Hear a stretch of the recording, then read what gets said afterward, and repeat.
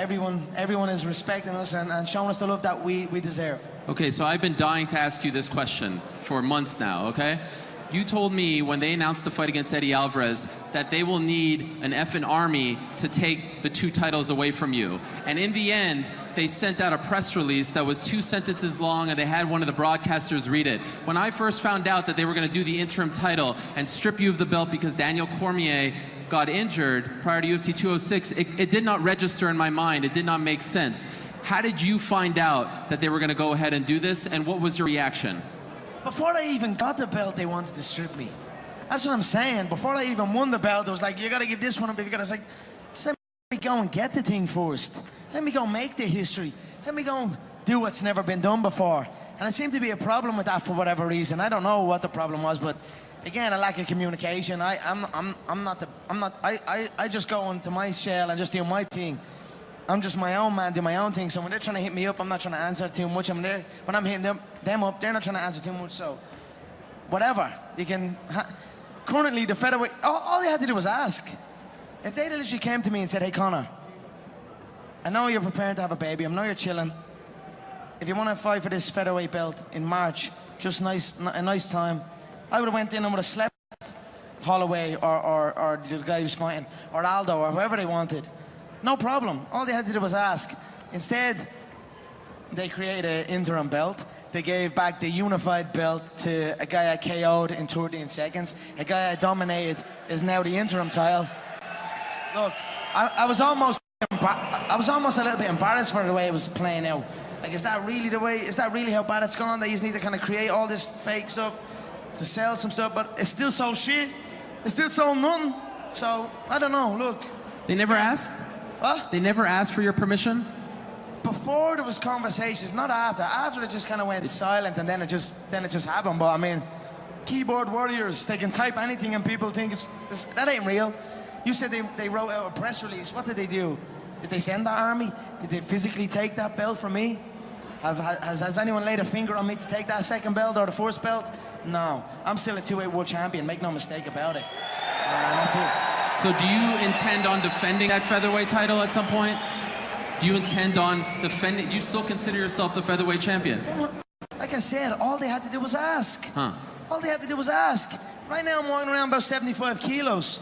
That's like 160 pounds. I guess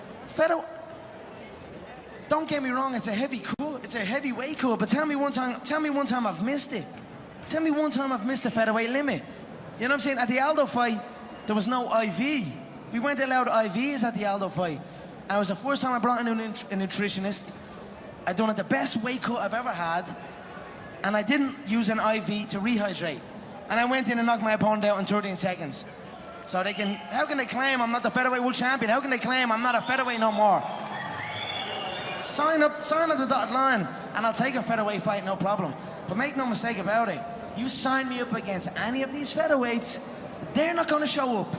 And that's fact. You sign me up against Jose Aldo, how confident are you that fight takes place? He ain't showing up again, Ariel.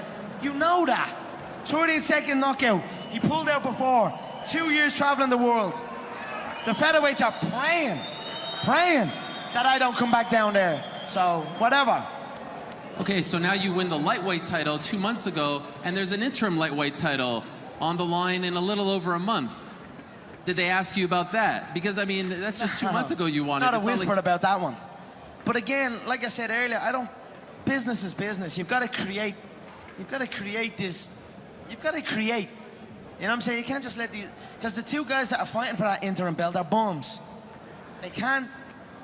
I always look at the game, the fight game, or the UFC, and it's like, I always wonder to myself why. Sometimes I wonder to myself why it's never broken through that next level. Why no one before me has ever got to that next level? Because they're all dog shit, and I don't mean like that. They're sloppy, messy, chinny. It's not pretty to look at, and it's the same with these 2 clowns, 2 bums fighting for an interim belt. They should be very, very happy that I'm chilling out, taking a break, and they have this little chance to think that they're up there. But in reality, they're nowhere close. They'd both be knocked out stiff, both chinny, both wild, 2 sloppy. Listen, whatever. I'm chilling right now. I have my eyes on one thing, and that's Floyd Mayweather. Okay, so that's the thing I have my eyes on. Let's talk about Floyd now. Let's finally address this. So, it starts... I'm sitting in the house. Floyd offers 15 million. Yes. Then Dana offers 25 million. I'm sitting in my house watching the millions go up. Like, this is all right. This is all right. Right. Where does it stand right now? We've got to get, me and Floyd have got to get together and talk and figure it out the same way him and Manny figured it out.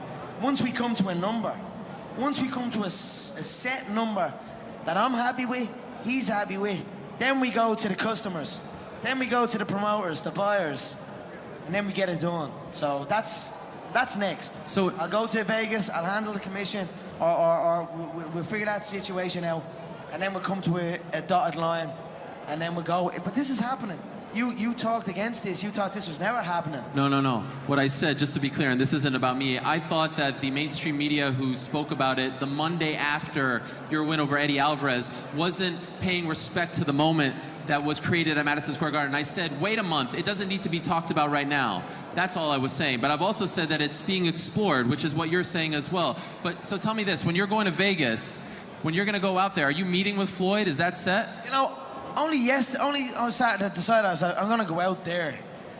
Everything's good on the phone and that, but I need to go out there and really be in there and just get it. Because since that last fight, since Christmas, since everything, I've been celebrating, I've been toasting. So I need to get my skin back in the game fully. I've been in the game from a distance, but now I'm gonna get back in and get everything set up. But that fight was more than just being explored. That fight has been in the works a while now. So look, there's a lot of steps to get through to get the fight done. But it's the fight to make. It's the fight that people want. It's the fight I want. It's the fight I know I'm confident going in there. I've got the reach. I've got the youth. I've got the confidence. I've got the unpredictable style. You can't prepare for a style like me. So a guy said to me, why conquer one world when you can conquer two? So I'm gonna go conquer two worlds. And at the end of the day, it's another day for me. Like, in all honesty, it's another day. I get a phone call, hey Conor, you're fighting a Brazilian Jiu-Jitsu black belt.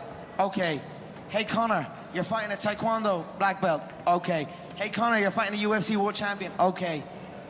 Hey Conor, you're fighting boxing's pound for pound #1. Okay. It's another day for me. I get a phone call, I get the style of the opponent, the way he fights, and then I prepare to fight him.